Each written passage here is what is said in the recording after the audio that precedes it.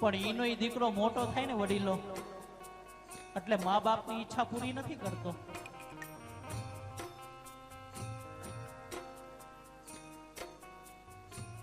અરે બહુ નડે ને તો તરત જ વૃદ્ધાશ્રમ ગોતે.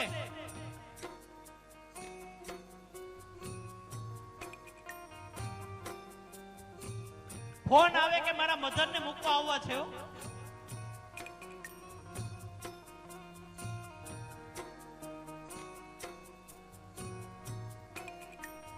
આજી વધારે ભણે ગયેલા દીકરા છે ને એને મા બાપની લાગણી ન સમજાય.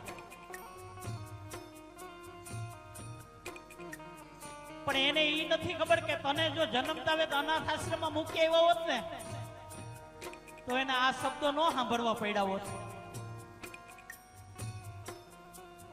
આખી જિંદગી પેટે પાટા બાંધીને આખી એની જીત પૂરી કરી એનો દીકરો વૃદ્ધાશ્રમમાં એની માંગ પૂરી નથી કરતો ત્યારે મારે પુનિત મહારાજ શું કે છે?